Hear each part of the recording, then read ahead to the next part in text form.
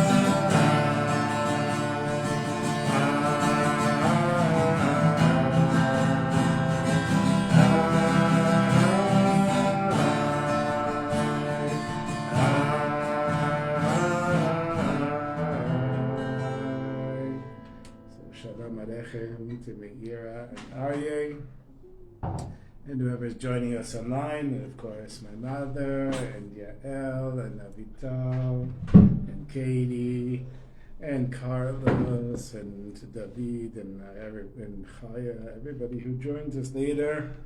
Shalom Aleichem to you.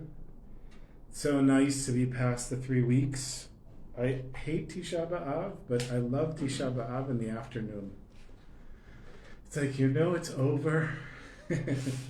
And I'm pretty nice to myself. I just sit there and I think I worked on my book actually, but usually just watch something, watch the clock. And then it's over. It's like such a relief. Oh, Hashem. Okay. So we're going to learn at least one lesson tonight, hopefully two. They're short lessons. That's why we're doing these lessons. Because they're short, in the past we were doing these long lessons, take us a month or 2 months or longer to get through them. I figured now we'll go through the short lessons, and it'll take us all the way to a Zamra, and then we'll figure out what to do. Thinking maybe we'll learn from Sichot Haran. I don't know, we'll see. Okay, so we're on Tzadik Bet, which is 92. And I'm sure in your version, here I have all the notes. I'm sure in your version it's very short, just like a short paragraph there. Yesh bekoach limud haTorah kshu holech na v'ned betoch beito lechayot afilu meitim. There's the power in learning Torah. When a person paces back and forth in their house to even revive the dead. And through a person, that is to say, that a true holy tzaddik, na v'nad betoch beito, walks around their house, paces back and forth in their house, כדי לרכז מחשבתו בלימודו או בעבודת השם שעוסק בה, in order to focus a person's thoughts or their service of Hashem, which they're doing at that moment, ויכול להחיות מתים ולהמתיק דינים. A person can revive the dead and sweeten judgments. So there's a few things here from Sichot Haran. אמר לעניין מה שהצדיקים הם נעים ונדים בדרך, regarding the tzaddikim that are traveling around on their way, שיש נשמות נידחות שאינם יכולים להתעלות כי אם על ידי מה שהצדיק נע ונד. So I think the meaning here is that the tzaddik has to travel around. That there are these lost souls that are not able to be elevated unless the tzaddik travels around. V'yesh tzaddik she'eino רוצה להיות נע ונד, and there's a certain type of tzaddik that doesn't want to travel around. Ad kan Leshono. That's the end of Sichot Moharan. Then it's brought in Kitzur Likutey Moharan. Kishur inyan ze leTorah didan, regarding this Torah. Shinyan hamtakat hadinim v'tchiyat hamitim, regarding sweetening judgments and reviving the dead. Hamuskar kan, which is mentioned here. Hu al yedei italot hanishamot hanidachot. It's through elevating the abandoned souls. She'ma'ale otam tzaddik shehu na v'nad. That the tzaddik elevates them when he walks around or travels to and fro. B'chayei Moharan, in another source, Siper Rabbeinu Zichrono Livracha, Rabbi Nachman, blessed memory, said, Shaya tzaddik echad gadol b'mala, shaya mi marei de chushbana. I'm not sure what that means. There was this great tzaddik that was one of the, you know what that is? Mamrei de chushbana. It's in the footnotes here. Chushbana is thought, and it sounds like those who I guess a great thinker, maybe? Masters Deep of thinker. Thought. שהיה מחשב עצמו בכל יום אם עשה עבודת השם בשלמות באותו היום, כפי דרכו תמיד. That he would every day give a lot of thought to whether he served Hashem in the most complete way based on his level during that day, always. חישב הדברים שהוא צריך לעשות באותו היום, and he thought about the things that he needs to do during that day. ומצא שלא יצא ידי חובתו בשלמות באותו יום, and he discovered that he didn't do everything that he possibly could in serving Hashem in that day. כגון שהיה צריך ללכת אנה ואנה בתוך הבית כך וכך פעמים. For example, he had to pace back and forth a certain number of times in his house, כפי מה שהיה צריך, כפי השגתו הגבוהה, according to what was needed, according to his high spiritual level. באותו היום לא הלך כך וכך בבית כראוי לו עד כאן. And on that day, he didn't pace. So this is a person who, in his calculations of his service of Hashem, he said, one of the things that I'll know that I'm doing the right thing is that I pace a certain amount of times back and forth in my house. And when he looked back at the day, he said he didn't. So he said, that was a flaw. So he's trying to bring examples of the importance of this pacing back and forth. And you've probably seen this in shul. I don't know if Meir sees it on the women's section, but in the men's section, you do? In my home, for sure. You see women walking back and forth? Oh, wow. God bless them. It's like a marathon going on. There you go. So in Batiran, where I daven, people literally go from corner to corner. And they'll like turn around. It's so annoying, honestly, for me, as somebody who's davening. I remember when I complained to Reb Shalom about things like this, and his answer was, you should want to be like him and not be upset at him. You know, you should get to the level that you also pace around the shul, which is okay. That's dan l'chaf. That's a way to judge somebody positively. Okay, so we have this going around, walking around, and so through this, a person, they're using it to focus on their davening, and they can revive the dead and sweeten judgments. כמו שכתוב באלישע שהחיה את בן השונמית שעשה זאת על ידי שהלך בבית הולך וחוזר. So we know the story of Elisha, who was the successor of Eliyahu and who was on a higher level than Eliyahu. And I think he was, as far as I remember, he was on a higher level than Eliyahu. And what's the story of this Shunamite woman? So she and her husband were older, they didn't have any children, and they loved the prophet Elisha. And anytime he would come, I don't remember where this is in the Gemara. Do you remember where this is? It's in the Ketuvim, I believe. I read it once, so it's got to be like the first 10 art scroll volumes, because that's as far as I ever got. I'm pretty sure. I think in Nevi'im somewhere. Nevi'im or, it's in Nevi'im. Or Ketuvim. Okay. So the story is that she said to her husband, we're going to build a special room for him. And anytime he passes by, he'll stay in this room. And they did. They built a special room for him. And then they said to him, and he would stay there, and they became like good friends. And they said to him, listen, we never had any children. Can you give us your prophet? Can you like tell us, are you ever going to have children? He said, yeah, and the next year you're going to have a son. And sure enough, they have a son. And then many years later, he's out working in the field with his father. He gets a headache, says, I don't feel well, and he dies in his mother's lap. And she's not worried at all. She just tells her husband, guard our son. And she starts walking to Elisha, which is in the Carmel Mountains near Haifa. And she gets there, and she says to him, come, you have to revive my son. He sends his assistant, Gehazi, and he puts his staff on him, and eventually Elisha comes. Okay, now why do we need to know the whole story? Because what does he do? He paces back and forth in the room. Uktiv ban, it's written via in Melachim. Maybe that's where it is. V'yashuv v'yalech bebayit achad heina v'achad heina. And he went back and forth in the house. V'yal v'yikhar alav. And he went up and he bent over him. V'yizorez hanar ad sheva pa'amim. And he shook the young boy 7 times.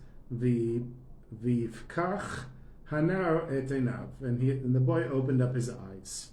Harei yesh b'koach hatzadik hakadosh k'Elisha. So we see that tzaddik like Elisha has the holy power, or has the power.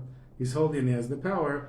Lahachayot hametim b'halichato na v'nad b'toch abayit. That he has the power to revive the dead by just pacing back and forth within the house. Ubiur inyan al pi muva b'tikunim. So now we're going to bring in Zohar. And Zohar always makes things a little complicated. So, as explained in the Holy Zohar, Im lo kanfei hare'ah, if it wasn't for the wings of the lungs, hameshivot al halev u'mekarorototo, that flap, and so the lungs, imagine, I guess it's on a spiritual level, the lungs are flapping and they're cooling off the heart, because we know the heart is in the middle, the lungs are on the side, and we breathe in air and the air comes out. So I guess this idea is that the air from the lungs is actually cooling off the heart, which is pump, pump, pump, pump, pump, pump, pump. So we have, if it wasn't for the lungs cooling off the heart, haya alev soref et kol haguf, then the heart would burn the whole body, bechomo, because of its heat. Veha re'ah va'alev, and the lungs and the heart, in B'chinat Yaakov v'Yosef. They're connected to Yaakov and Yosef. Yaakov is Yira, fear, awe, and Yosef is Hare'ah is the lung, and Yosef is the heart. V'atam sheYaakov keneged Hare'ah, and the reason that Yaakov is analogous to the lung, Ki Yaakov u'b'chinat emet, because Yaakov is connected to emet, as it's written in Micha, Titein emet liYaakov. What we give truth to Yaakov. Ve'emet u'b'chinat Torah, and emet is connected to the Torah, as it's written in Malachi, Torah emet, that it's a Torah of truth. U'beTorah yesh chamisha sfarim. In the Torah we have 5 books. Chamisha chumshei Torah, the 5 books of the Torah. And by the way, if you look at the word Chamisha, it has the name Moshe in it. So in the word Chumash, if you ever notice it, I noticed it once, it's sitting there in the most obvious way, which also I love because it's, Moshe is very humble. So here he's the greatest person and his name is right there on the cover of every Chumash. And probably most people look over it, they can spend an entire lifetime and they don't see the name Moshe and Chamisha. So Moshe's name is right there on the Chumash. And we have the 5 books of the Chumash, Keneged Chamisha Kanfei Re'ah, juxtaposed to the 5 wings of the lungs. V'lachen Yaakov u'b'chinat emet, and that's why Yaakov is connected to truth. U'b'chinat Torah, which is connected to Torah, which is connected to Re'ah, which is connected to the lungs. Now he's going to bring this all together. V'Yosef u'b'chinat lev, and Yosef is connected to the heart. Ki Yosef nikra Safnat Paneach. So that's Egyptian. So Yosef is called the one who reveals the secrets. Mefaneach Hatzfonot. It says Rashi. Mefaneach is probably also a word from Egyptian, ancient Egyptian, because the root you can see is Pei Ayin Nun Chet. It's not the 3-letter root that we usually have, but it's like litalfen is one way to say to call somebody, or when there used to be fax machines, it was lifaxes. What do they say? To send, there's no verb for sending an email. They do call it doa, whatever. I'm just trying to find foreign words that fit into the Hebrew, like mefanech. Uchtiv, and it's written in Tehillim, ubli tzafanta v'chulei amartecha. I guess, belibi, and with your heart you were able to see, and then you said, Shamauti belibi et chokhmat Torah. I kept in my heart the wisdom of the Torah. Nimtza, it follows, shetzafanta paneach romez al b'chinat alev. So and it follows that revealing the secrets is connected to the heart. So we have Yaakov that's connected to truth, which is connected to Torah, which is connected to the lungs. And then we have Yosef, which is the person who reveals the secrets. And how does he do it? From his heart. So it makes me think it's very interesting. Shalom Aleichem to Yael and Jonathan. When there are certain types of therapy, I know because my wife does these. One of them is called IFS. So IFS is internal family system, and basically you have all these parts inside of you, and you ask the parts to answer questions. So she'll ask me, like, for example, this part that's speaking right now, how old is this part? I say, how am I supposed to know how old the part is? She says, well, think about it and think if the answer comes out of your heart. And so the heart will say it's 3 years old, it's 12 years old, whatever it is. And where is it coming from? It's just the feeling that I have. Like, do I know it's the truth? No, because Yaakov is the truth. But Yosef is the heart. And the heart is revealing secrets. So yes, it is connected to the truth, but it's not the outright truth. Like, it's the truth that you understand. And when the fire that's in the heart burns, and fire hints at judgments. Hava ukid kol gufa, hakol yachol yisrof et kol haguf. Hu yachol yisrof et kol haguf. So we have this fire that's burning on the heart. It's connected to judgment, and it can burn up the whole fire. Hainu ksha'adinim mitorim hem yecholim la'azik. That is, when the judgments start to bubble up or come up, they can cause damage. And since the 5 wings of the lungs, I'm not sure what they are. I'm sure it's just a Kabbalistic idea that there's 5 parts of the lungs and they're blowing air and they're essentially going back and forth like a fan. Hainu kshelomet Torah, that is when a person learns Torah, shehi b'chinat Yaakov, which is connected to Yaakov, which is connected to the lungs, mit nadned, and that a person sways or na v'nad b'toch beito b'shat limudo, or paces around the room when they're learning Torah. Al yedei zeh menashvi al liba noshvim al alev b'ruach kara. Then a person blows cold air on their heart, umamshichim meshakkim achamimiyut belev, and they cool off, mikarim umamtikim et ha'esh hagvorot v'adinim. They cool off the fire that's in the heart. They cool off the judgments and sweeten the judgments and the severities. So how does a person do that? By learning Torah, that they start pacing back and forth in the room. I guess if you walk really quickly, you can feel the breeze as you're moving, and that in a sense is cooling off your heart, is cooling off the judgments and the severities against a person. Lakach, and therefore, Yaakov, ubchinat re'ah v'Yosef, ubchinat lev. So now that we have Yaakov is connected to the lungs and Yosef is connected to the heart, Ne'amar b'Yaakov b'Midrash, it says in the Midrash Rabbah, Bikesh Yaakov hainu hare'ah leshev b'shalva. Yaakov asked, that is the lungs, to sit in peace. Shelo yeh tzarich liot na v'ned, that he won't have to travel around or pace back and forth. Kafat alav rugzo shel Yosef, and then at that moment the emotion of Yosef jumped up. And it's interesting. So Yosef is connected to the heart. So here we have like the mind that's saying, I want peace, and then the heart comes with its emotion and it jumps up. Hainu chamimiyut shebalev, that is the fire that's in the heart, or the heat that's in the heart.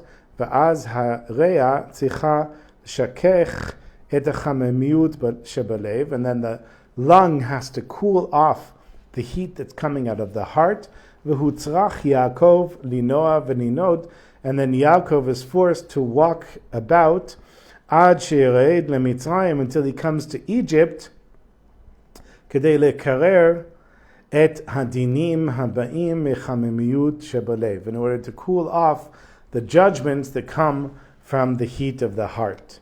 Nimtza, it follows, she'al yedei ma she'adam shehu lamdan, that when a person who is a Torah scholar, tzaddik v'kadosh, that's a tzaddik and is holy, shehu b'chinat Torah, that person themselves is on the level of being a Torah, right? If a person is a Torah scholar, they're in a sense a living Torah. K'mo shekatuv, as is written, zot Torah Adam. This is the Torah, Adam, a person. Harei she'adam halomed Torah na'aseh hu ba'atzmo b'chinat Torah. When a person learns Torah, they themselves become the essence of Torah. Kshehu memit atzmo ba'ohel, when a person revives themselves in the tent. That is, they revive themselves by learning Torah. And by learning Torah in such a passionate way that it cools off the judgments and sweetens the judgments. Hainu sheyik'a kol kach b'Torah ad shehu na v'nad mirov imutz machshavato. That a person makes such a great effort that it's as if in their brain they're going back and forth, and they're exerting themselves, they're exhausting themselves because of the effort.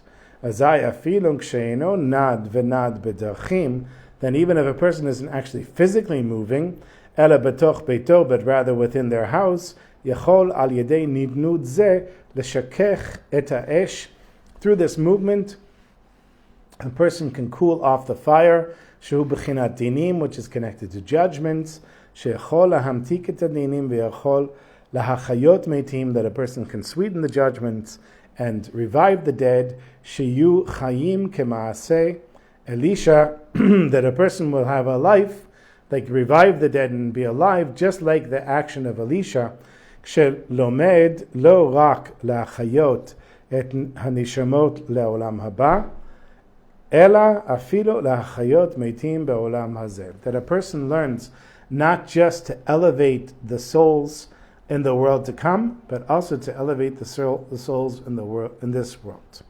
So how do we do that? We do that by getting excited over learning Torah. Any questions? Moving on to the next one. Tzadik Gimel. I don't know if we'll finish this today, even though it's very short. There's a few pirushim here. Yiveo ketzad al yedei masah umatan be'emunah mekayem mitzvat ahavat Hashem. He's going to explain that by doing your business with having emunah, trust and faith in Hashem, then a person keeps the mitzvah of loving Hashem. Kol ha'oseh masah umatan be'emunah ad shelo yimtza ba'asakav shum gezel v'tarmit, that when a person does their business dealings with having faith in Hashem, with true faith, so to the point where there's no stealing, or what's tarmit? Do you know the word? Which one? Tarmit. Trickery. Trickery. Very good. Mm-hmm. Okay, you see who you married? Meir. It's a Talmid Chacham. That's what he says about you. Mm-hmm. He says, I don't know how I merited to marry such an amazing person. מקיים מצוות עשה של ואהבת את השם אלוkecha. That a person keeps the mitzvah, the positive mitzvah of loving Hashem. So how do you do that? By being honest in business. And I have this every 2 months I have to file a VAT. And the way it works is I collect money for the government.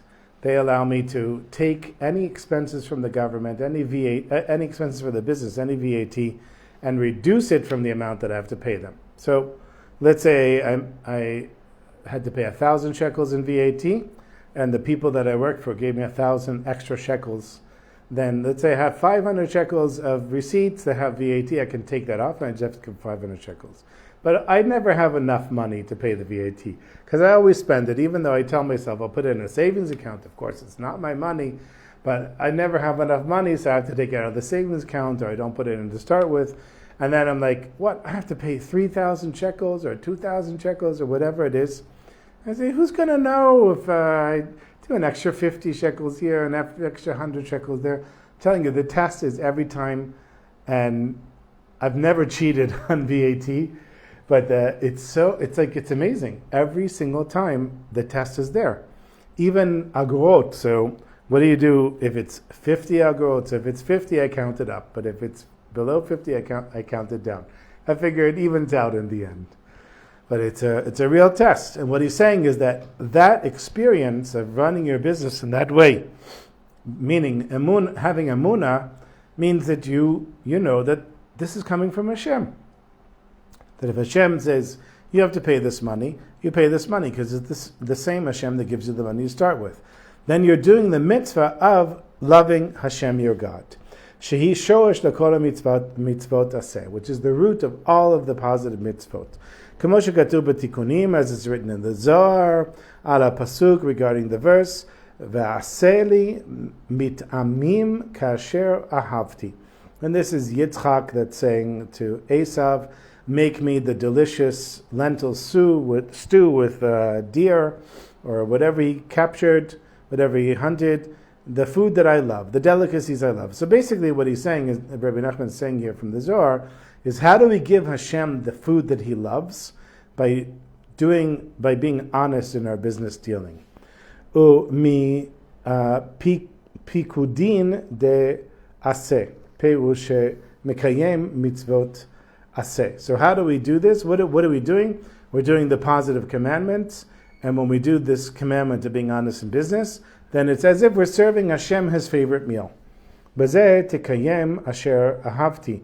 And then we're going to fulfill the second part where it says, which I love. Prepare for me the special food that I love. Nimtza, it follows, mitzvot ve'ahavta et Hashem elokecha, that you will love Hashem your God. He shoresh kol mitzvot aseh, is the root of all of the positive commandments. So we're doing all of the positive commandments because we love Hashem.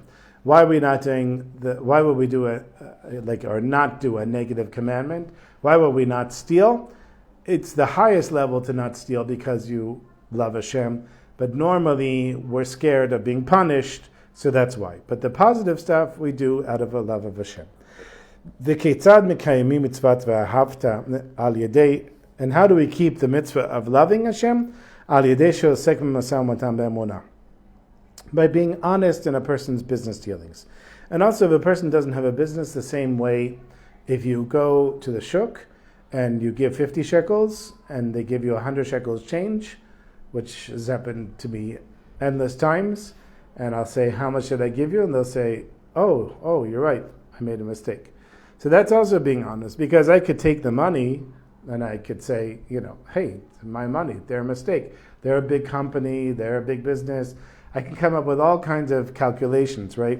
They add the price, they add an additional price on everything because they know that people are shoplifting, and so I'm keeping them honest by taking their extra 50 shekels.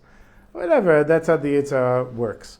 But if you just say to them, no, you made a mistake, then you're being honest in your business dealings, and Hashem is saying, that's the tasty food that I love. It's brought in the Gemara in Yoma, regarding the verse "Ve'ahavta et Hashem elokecha," that you should love Hashem your God. She'tir'eh v'te'ahav v'yitahav shem shamayim al yedcha. that you will show and you will create, I guess, a love for the name of heaven through your actions. Ketzad, how does this happen? Adam kara v'shana v'shimesh talmidei chachamim. A person serves and assists Torah scholars. V'isko benachat im abriut. And a person has pleasant dealings with human beings. Mas'o matna b'amunah. Matno, and a person has their business dealings with trusting in Hashem. Masha abriut omrim. And what do the people say? Ashrei mi shelimdo Torah v'chulei ploni shelamad Torah v'u kama na'im b'derachav. So a person should say that if you're learning Torah and you're really a Torah scholar, look at how pleasant this person is. It must be as a result of their learning Torah, which if you've ever stood in line at the Kotel with a lot of Haredim that I'm assuming you're learning Torah all day, Derech Eretz is not part of the culture. There's a lot of pushing. Now, not to say Haredi society doesn't have good things about it, but that's one of the things that I just never understood. You would think that if a person is really Torato, Emunato, Omanato, that the Torah learning is their livelihood, then they're going to be like the sweetest, kindest, gentlest person, because it's supposed to essentially make you a mensch. Kama metukim ma'asav, and then people will say, look at how sweet Hashem's creations are. Nimtza she'al yedei masao matan be'amunah, and so it follows when a person has business dealings with faith, shehem shamayim mitahev al yedo ben abriut, that the Shem Shamayim, that I guess Hashem's name, the name of heaven, is loved through that person. The people come to love Hashem through that person. Umekayem mitzvah Shem v'ahavta et Hashem Elokecha shu shoresh kol mitzvot. And then the person keeps the mitzvah of loving Hashem, your God, which is the root of all the mitzvot. So we have stories of. I read this book on Tisha B'Av called Hasidic Tales of the Holocaust. I'm now reading it the second time around. Let me tell you, everybody's sitting with their keynote, and they're trying to cry. I read this book, I am crying. You can't stop. It's just like these terrible, horrible, tragic things. But there's many stories. There's this one rabbi who would always say hi to some, I think it was like the baker or something like that, someone or some guard in town, like some simple goy. But whenever he would see him, he would always say hi. Now that goy, when the Nazis came to town, was made into an officer, and his job was to decide which Jews go to death and which Jews go to a chance of surviving. And it came time for this rabbi, and his family was there, and he says, to death. And then the rabbi says to him, have a good day. And he looks up and he says, Rabbi, it's you. I can't believe it's you. He said, never mind. You're going to survive. You're going over here. And the guy survived. And he said the reason was because he said to this guy, have a good day all the time. So here he's saying when you're a pleasant person and when you are honest in business, and that's another thing, that there were many times that there were Jews that were honest in business, and people, especially in this book, the Nazis were willing to do all kinds of favors for them because they said, you were always good in business, you were always fair to me in business. So he said, when you behave in this way, you create amongst the people a love for Hashem, and that's how you do the mitzvah of loving Hashem, your God. Al yedei maseh umatan be'emunah u'oleh lemala min mehazman ve'al yedei zeh yachol yitpalen b'sechel tzach. When a person has honest business dealings, they raise themselves above time, and then they're able to daven with a clear mind.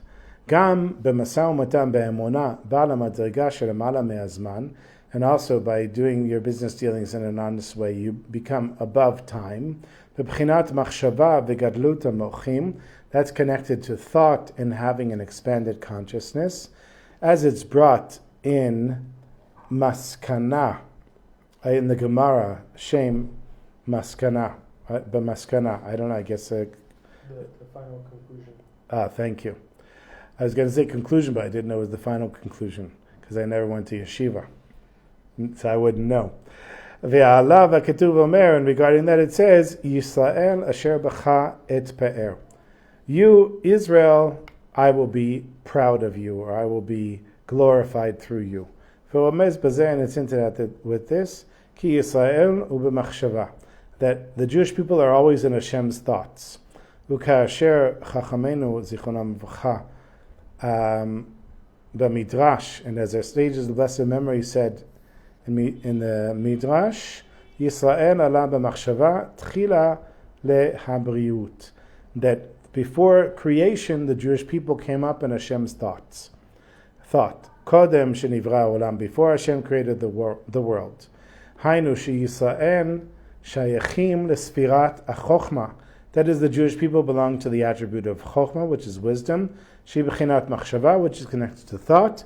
B'china zo, in this attribute, who kodem briat olam, comes before the creation of the world, which makes sense because you're going to have thought before action. Umachshava lemala me'azman, and thought is above all time, right? Because in our thoughts we can go all over the place in time. It doesn't exist in time. Ki azman ba'atzmo nivra bebriat olam, because time itself was created with the creation of the world. Machshava hi kodem briat olam, and thought is before the creation of the world. V'lamala me'al hazman, and it's above time. Lachein uyachol lachshov b'machshavato la'avo memakom lemakom bli zman. So a person can think in their mind of going from one place to the other, right? I can be in Uman, I can be in Miami, I can be at the Kotel, without any time. Klomar af she merchak memakom lemakom ugadol, even though the distance from one place to the other is very far, b'machshava uyachol la'avo oto miyad. The person can immediately travel from those to those places in their thoughts.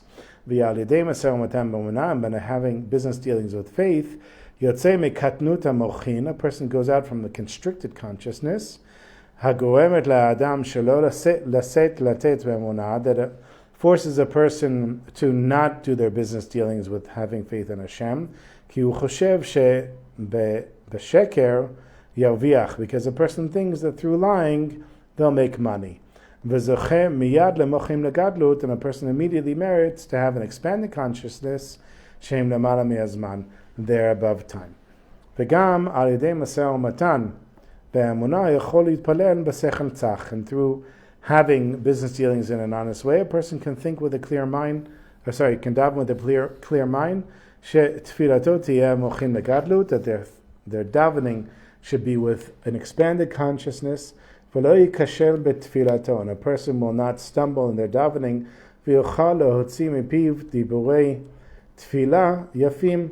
and a person can take out of their mouths beautiful things during the davening, without having to prepare themselves a lot for this. Because davening is also above time, above this world, which is restricted by time. Ki hu davar, because the davening is something, haomed berumo shel haolam, that stands in, do you know what rumo shel haolam is? The heights. The heights, thank you. The heights of the world. Dahainu mi'al haolam, that is above the world. V'kol ma shebe'olam hu tachat memshalat hazman, and since the whole world is under the domain of time, avar tefillah, he rumo shel haolam, but davening is above the world, dahainu mi'al haolam, that is above the world, yechola leshanot et hateva, can change nature, but achein he b'machshava she me'al hazman, and so it's in thought which is above time. V'gam chimat sheba al yedei maseh u'matan be'emunah la'ahava, and also because a person comes about serving Hashem in business dealings with faith through love, kamuva la'il, as it's brought above, shemekayem mitzvah v'ahavta et Hashem elokecha, that the person keeps the mitzvah of loving Hashem your God, mikoach ze ba legadlut hamochin, person reaches an expanded consciousness, מבחינת האהבה, which is connected to love, ויכול להתפלל בשכל צח, and so a person can daven with a clear mind. Okay, that's where I wanted to get to. We did do it. I have a short story for you. I'm debating whether I should tell this story or a different story. Well, I'll tell them both. So, what we were just talking about now, having business dealings with faith. So we hired a plumber.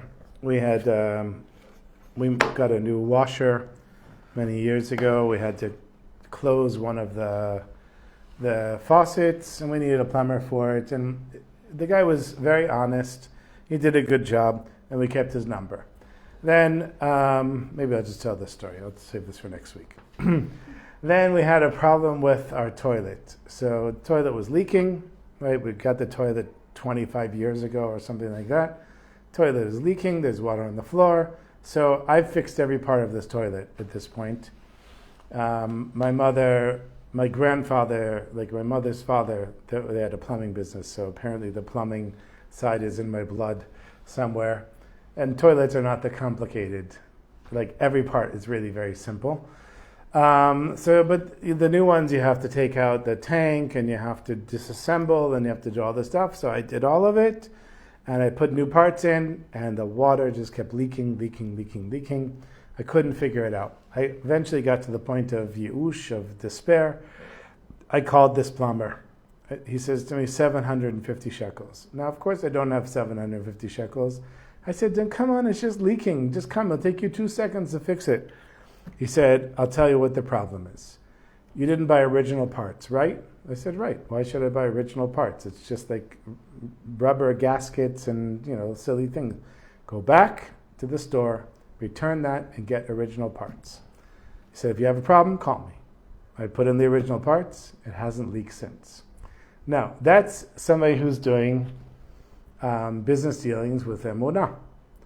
What happened? Now they're putting in these digital meters all over the neighborhood for the water. And we got a notice from the water company that if we don't do it, they're going to fine us, and that ours is rusted, and we have all these problems. And honestly, I don't think it was that rusted. I've looked around the neighborhood. They did a nice job switching other people's meters.